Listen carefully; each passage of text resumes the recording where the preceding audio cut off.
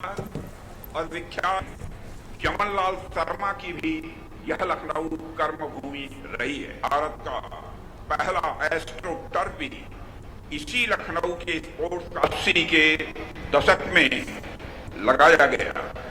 लखनऊ में Indian premiere league यानी IPL के मुकाबले और लोग उनका आनंद भी उठा रहे हैं। मगर एक सब जब इसी के डी सिंह बाबू स्टेडियम में सी नाम से क्रिकेट टूर्नामेंट का भी आयोजन होता था और इंडिया के बड़े बड़े क्रिकेट खिलाड़ी इस लखनऊ में खेलते हुए भले टूर्नामेंट अब नहीं होता है मगर उसके लखनऊ के रहने वाले लोगों के जेहन में आज भी पूरी तरह। साथियों, लखनऊ अपनी स्पोर्टिंग कल्चर के लिए साथ रहा है। यह इसी बात से समझा जा सकता है कि आजादी के बाद जब पहली बार नेशनल गेम्स का आयोजन किया गया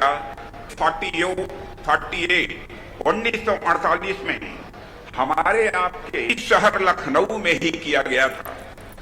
उसके बाद भी यहाँ नेशनल और इंटरनेशनल स्पोर्टिंग इवेंट आयोजित होते रहे हैं और आज यह सांसद खेल महाकुंभ भी के स्पोर्टिंग कैलेंडर से जुड़ चुका है।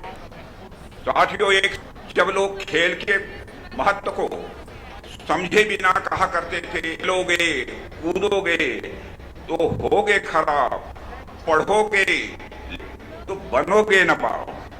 लेकिन मैं समझता हूं कि अब कहावत मार्केट में आ गई है कि पढ़ोगे लिखोगे नवाब और पढ़ोगे लिखोगे और साथ में तो बनोगे उससे भी बड़े नवाब। एक नई यह मार्केट में अब आ चुकी है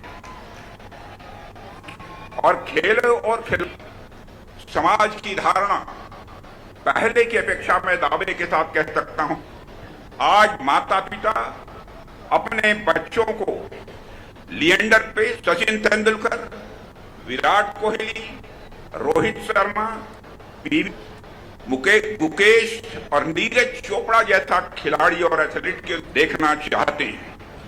साथियों, यदि खेलों को कैरियर की नजर देखा जाए तो खेल के माध्यम से युवाओं का तरीके से, प्राकृतिक तरीके से, स्वाभाविक तरीके से पर्सनालिटी डेवलपमेंट और मैं मानता हूं किसी भी व्यक्ति के व्यक्तित्व के समग्र विकास यानी डेवलपमेंट के लिए यह आवश्यक है। जब वे लक्ष्य हासिल करने के लिए मेहनत करते हैं, हारने के बाद फिर से प्रयास करते हैं और टीम में शामिल आगे बढ़ते हैं तो उन्हें चुनौतियों का कैसे सामना करना यह अच्छी तरह समझ में आता है। साथियों, जब खिलाड़ी मैदान में उतर उनका एक ही लक्ष्य होता है, खुद को और साथ ही टीम को।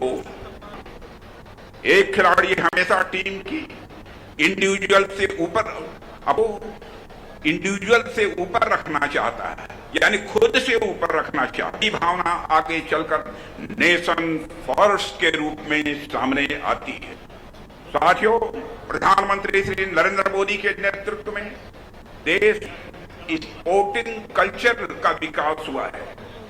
पहले भारत के खिलाड़ी जीतने से अधिक पार्टिसिपेट करने पर ही वह संतुष्ट हो जाया करते थे। आज भारत के खिलाड़ी पूरी दुनिया में जहां कहीं भी जाते हैं सबसे लिया जाता है। यह हम सभी भारतवासियों के लिए बहुत ही गौरव का विषय है। जो इस बदलाव के पीछे एक बड़ी वजह केंद्र और हार की स्पोर्ट्स फ्रेंडली पॉलिसीज भी हैं। आज 3000 से अधिक खिलाड़ियों को प्रतिमाह फिर की सहायता दी जा रही है जो उन्हें प्रशिक्षण, आहार, किट, आवश्यक उपकरण और अन्य जरूरतों को पूरा करने में। साथियों, आपको जानकर यह सुखद आश्चर्य होगा कि जब 1000 खेलो इंडिया केंद्रों में हजारों खिलाड़ी इस समय प्रशिक्षण। आज के बदले भारत में छोटे शहरे गांवों की प्रतिभाओं को खुलकर आगे आने का भी मौका मिल रहा। साथियों, इस सांसद खेल महाकुंभ में जो भी प्रतिभा भाग ले रहे हैं उनसे मैं यही कहना चाहूंगा, महाकुंभ का असली आनंद खेल की गहराई में डुबकी लगाने का है। वैसे भी खिलाड़ी की खेल में कभी हार नहीं होती, इसमें वो जीतते हैं और अगर नहीं जीते तो आप कुछ सीखते हैं। मैं न केवल सभी खिलाड़ियों को बल्कि यहां मौजूद उनके खेल जो ट्रेनर्स हैं, प्रशिक्षक हैं और परिवार के सदस्यों को भी शुभकामनाएं देता हूं। साथियों, आज जो खेल महाकुंभ यहां है उसके परिणाम आने वाले वर्षों में साफ दिखाई देंगे, जब नौ के युवा खिलाड़ी बड़ी संख्या में राष्ट्रीय और अंतर्राष्ट्रीय स्तर पर हासिल करके वह लखनऊ की धरती पर लौटेंगे। साथियों, को हम लोग बहुत ही गंभीरता पूर्वक लेते हैं। आज हमारी सरकार 2036 में होने वाले ओलंपिक खेलों का आयोजन गुजरात में करने के लिए पूरा प्रयास कर रही है। वहीं अन्य खेलों का भी यह आयोजन भारत में हो, इसका भी प्रयास से चल रहा है।